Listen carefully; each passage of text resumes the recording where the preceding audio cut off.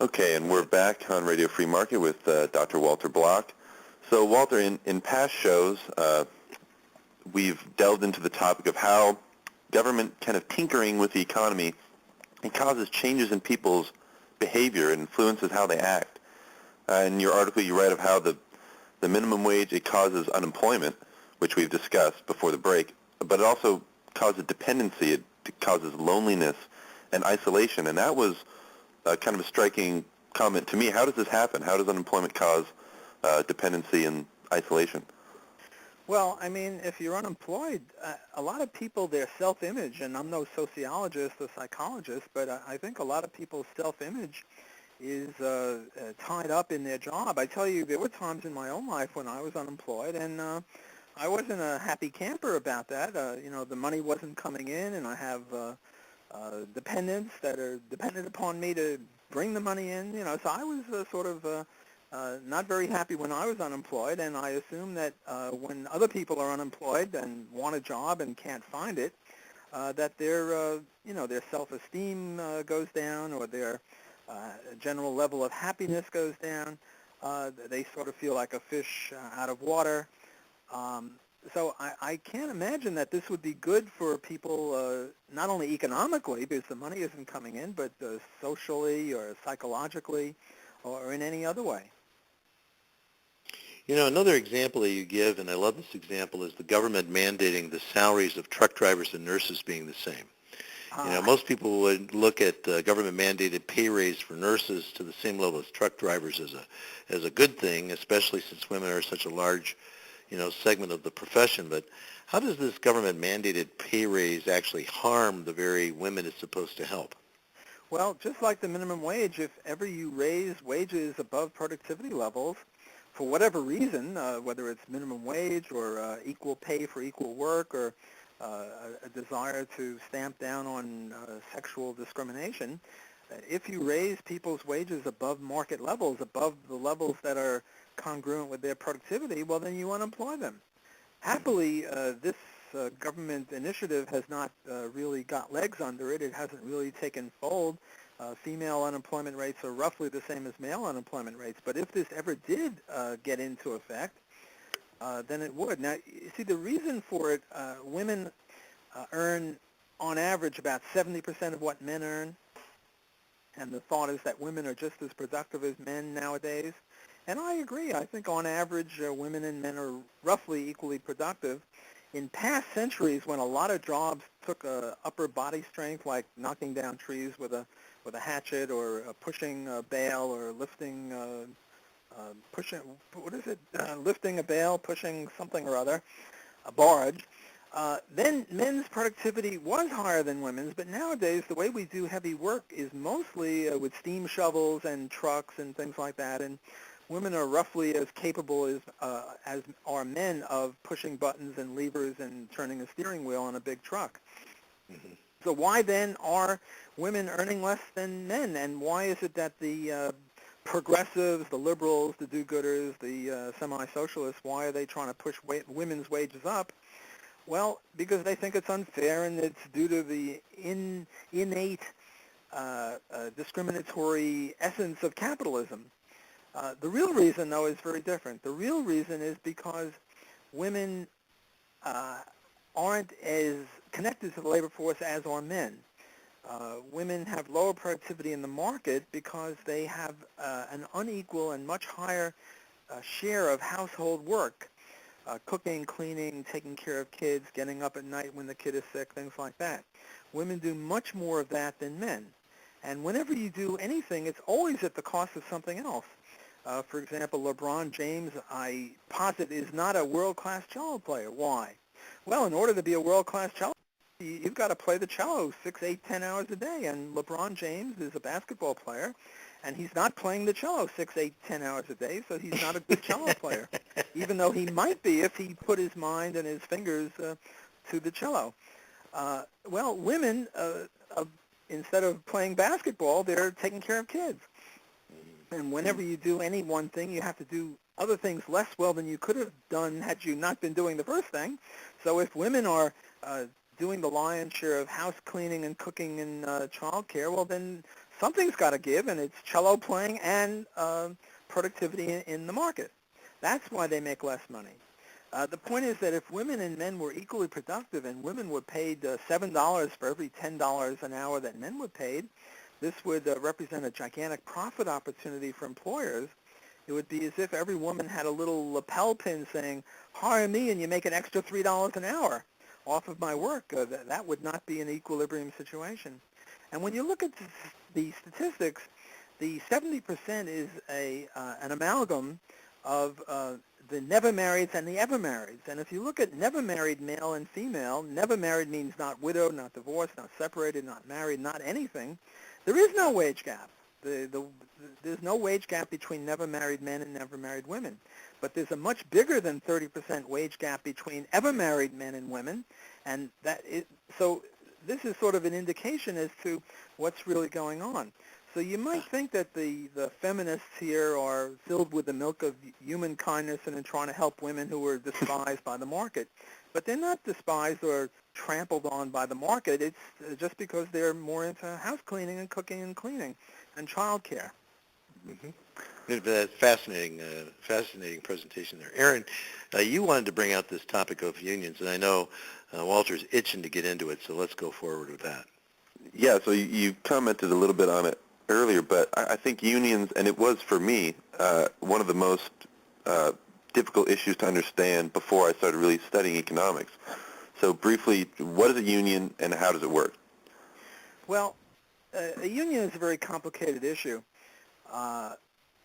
If there were a union that said, okay, look, we're not going to violate the libertarian axiom of non-aggression, the non-aggression principle, we're going to just do everything according to libertarian theory, then it would be sort of okay. And now, what could a union do if they limited themselves to being compatible with libertarianism?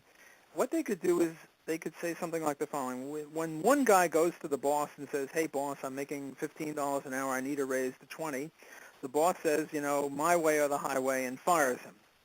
But if all 500 workers agree to have one spokesman go to the boss and say, hey, boss, if you don't give us all a $5 increase from $15 to $20 an hour, we're all going to leave. We're all going to down tools and walk out.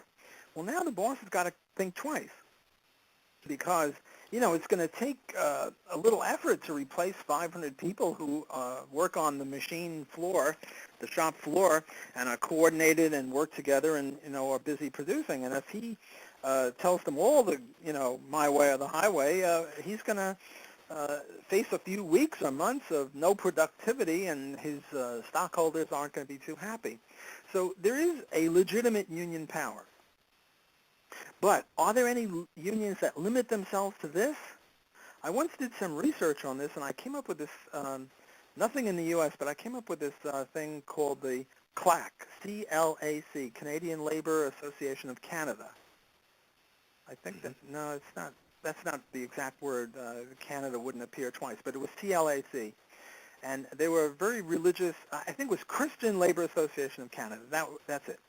And I said, well, look, if you, do you limit yourself to just walkouts, or do you threaten scabs? You see, the second thing that the unions do, in addition to saying, well, we're all going to stop working for you, is they're going to say, not only are we going to stop working for you, but we're going to set up picket lines, and the picket lines are going to stop customers from coming in to buy stuff, and it's going to stop suppliers from supplying the raw materials, and also it's going to make sure that you can't hire replacements for us, and we're going to call them scabs, and we're going to beat them up.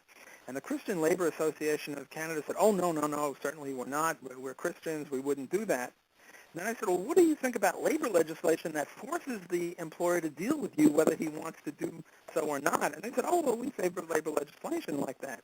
So even the Christian Labor Association of Canada, which I thought was a pretty good union, bought into this other way of violating the libertarian non-aggression principle. Namely, they support laws that compel the employer to keep the union or to bargain with him when he wants to get rid of them. He might say, okay, all 500 of you, you're a bunch of bums.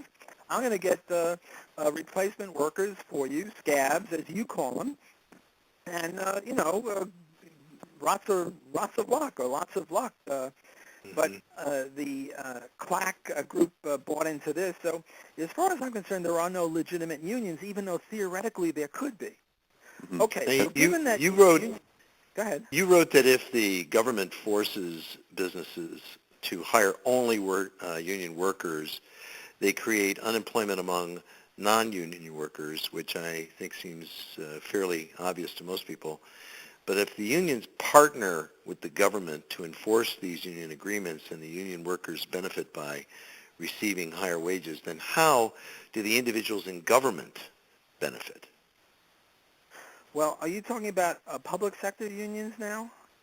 Well, actually, what we're looking at, it was kind of a trick question, because basically, it's pretty obvious how the union workers benefit in this whole thing, but because they're really partnering with government, whether they're public sector unions or private sector unions, the question really is oriented around how the bureaucrats in government actually benefit by or politicians and bureaucrats in government benefit from coming up with and enforcing this kind of arrangement. What is the benefit to the actual government politician, to the government bureaucrat?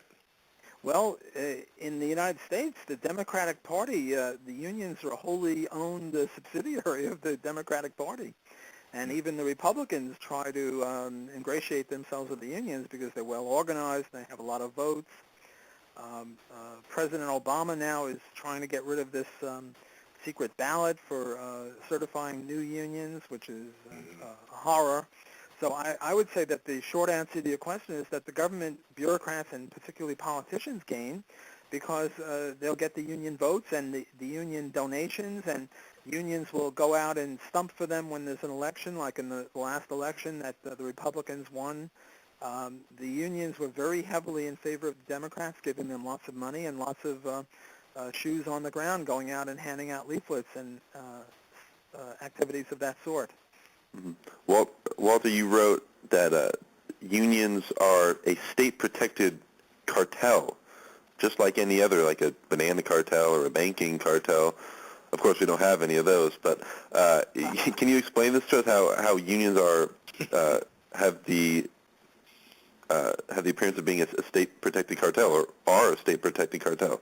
Yes, they definitely are, because the Wagner Act and the Taft-Hartley Act and all this other labor legislation has declared certain things to be unfair labor practices. One of them is to refuse to even deal with the union. You have to bargain in good faith with the union. I don't know, it just seems a horrendous thing to me to force people to deal with each other when they don't want to deal with each other. In the libertarian society, all interaction should be strictly on a voluntary basis. So what the government is doing is putting its big fat thumb on one side of the balance and helping unions by forcing employers to deal with them whether they want to or not. See, it's all well and good to refuse that the union wants to down tools and walk away from the job. It's sort of like if a man wants to divorce his wife, okay, it's maybe a personal tragedy, but maybe he has a right to do that. But when the man then gets his friends to surround his ex-wife's house, and any time she wants to date someone else, they beat him up, well, that's not good. And that's exactly what the union is doing. They're saying, look, we don't like these jobs, you stinking, lousy jobs. You're not paying us enough, and the working conditions aren't enough. We want better air conditioning. And we're going to walk off the job, and we're going to make sure no one else can take these jobs that we don't want. So it would be like the ex-husband refusing to allow his ex-wife to date other men. And before we leave this topic about unions, Aaron and I, in our conversations in preparation for this show, we came across quite a bit of information on the public pension time bomb that's coming up. In fact, 60 Minutes this past week, we're taping this show on the 22nd of December, and we're going to actually air this on January 1st, 2011. And this past Sunday, there was a segment on 60 Minutes on how the state and municipal governments are imminently about to be in default because of the, in large measure, because of the pensions that they have granted to their public employees. And so I'm going to hand this back over to you, Aaron, to develop this thread. So please go ahead. Mm-hmm. Yeah. So for our listeners, if the idea that unions or the unions are a state-protected cartel, if that seems just fantastical to you and just completely out of the realm of normal conversation, consider some of these stats that 70% of Decatur, which is a city in Illinois, 70% of their property taxes, so people are forced at gunpoint to pay property taxes, 70% of those taxes are going to go to fund union pensions.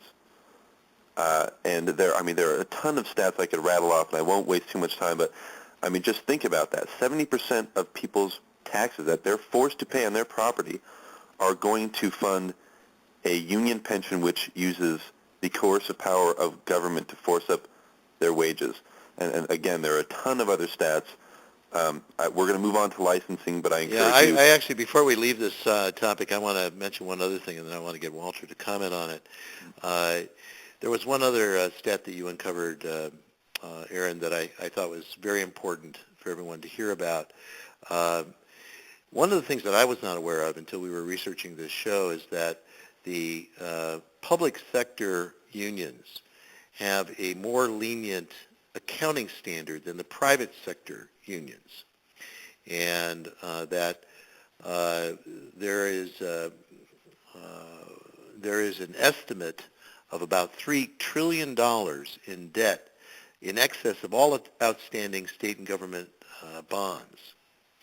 Now, as a result of that, there is new legislation that was introduced December 2nd in the U.S. House of Representatives called the Public Employee Pension Transparency Act. It's just getting started, but this is a development that everyone needs to be aware of. So, Walter, we only have about another minute in this segment, but would you care to comment on this? Well, you see, the traditional idea of unions was that the capitalist pig is greedy and the government has to help the poor worker. But if the government is such a good guy and only the capitalist is a bad guy, how do you justify public sector unions at all? Because the government is supposed to be the working man's friend. So why should unions be able to strike against government, who is the good guy? Only the profit-seeking capitalist is a bad guy. On the other hand, I said unions were my second least favorite institution, and my first least favorite one is the government. So when a union and a government are fighting, I'm sort of, I say that I don't really have any dog in this fight, sort of a pox on both houses, sort of like Stalin fighting Hitler. I'm not really a friend of the government either. Well, the interesting thing about this, and we're really coming fast to the end of this segment, is that up through the 1970s, private company pensions, unions were actually on the wane, and then public sector unions started to develop. And now they are endemic. We have them for everything in the public sector. So we're going to probably have a couple of minutes more to talk about this topic when we come back from our break into our final segment. And so everyone, please stay with us. This is Radio Free Market. And I'm your host, Michael McKay, and I'm talking with Dr. Walter Block, and with me, Mr. Aaron Brown. And we'll be talking with you in just a minute. Please stay with us. Welcome back, everyone. This is Radio Free Market. And so, Aaron Brown, I'm going to hand this over to you so we can cover as much as possible in this last segment. Go ahead. Okay. So I think this is the most important issue, with relevance to today, the business cycle. You say, Walter, that it has its root cause in the Federal Reserve System. I really want you to spell out for our listeners how this occurs, because this is really very important, and how this is not just a minor cause. The Federal Reserve is not a minor cause of the business cycle, but it's the capital P. It's the primary cause for the boom-bust cycle or business cycle. Could you explain that? Yes, I don't want to denigrate the unions nor the minimum wage as a source of unemployment, but I think that in the modern day, perhaps even more important is what the Fed has done. Ron Paul has a book out, End the Fed, and as you know, he's now going to be chairman of the subcommittee. that is going to override the Fed or regulate them or audit them, perhaps. What the Fed did is it artificially lowered interest rates practically down to zero. And what that does, according to Austrian business cycle theory of mainly Mises and Hayek and Rothbard, is it encourages, it subsidizes, in effect, entrepreneurs into making malinvestments, into investing in very long-term capital goods like houses and cars.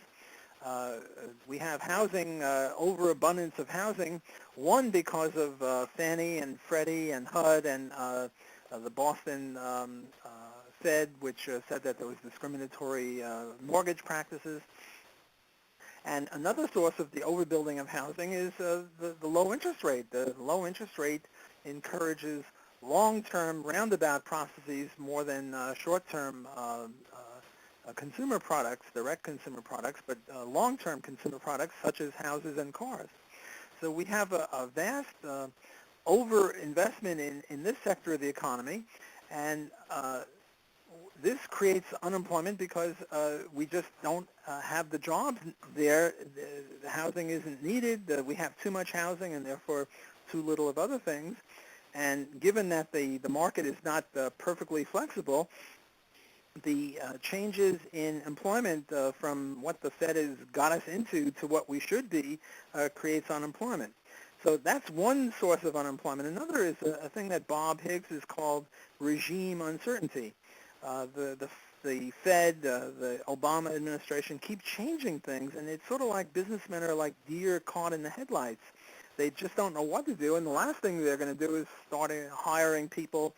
And another cause of the depression that we're now undergoing, and therefore the unemployment, similar to what happened with Roosevelt and the Smoot-Hawley tariff. We've got protectionism, which adds a further kibosh on the unemployment situation. Mm-hmm. So if the government doesn't realize that the Federal Reserve causes the boom-bust cycle, then how can they claim that any of their policies will solve it? They just don't seem to understand. No, they don't understand because they haven't employed Austrian economists. They've got mainstream macroeconomists, the monetarists and the Keynesians. Well, the monetarists are Keynesians, but that's a whole other issue. The people in the Council of Economic Advisors, and all these are very mainstream economists. Bernanke is a mainstream economist. They don't understand. So, Walter, I'm going to interrupt you so you can get a quick answer in. The business cycle is a particularly relevant issue today. How do you think the boom-bust cycle problem can be corrected? We need a really quick 20-second answer. Get rid of the Fed. That's even less than 20 seconds. Get rid of the Fed. I'll say it again and again. Get rid of the Fed. Get rid of the Fed. And get rid of central planning of the monetary system. Get rid of the central bank. Get rid of the Fed. Go back to the gold standard. If we did these things, and elect Ron Paul to be president in 2012, or sooner if possible, let's impeach get Ron Paul in there, and then we'll solve the unemployment problem. All right, so we're going to have to end on that comment today. So thank you so much, Walter, for being with us today, and you too, Aaron.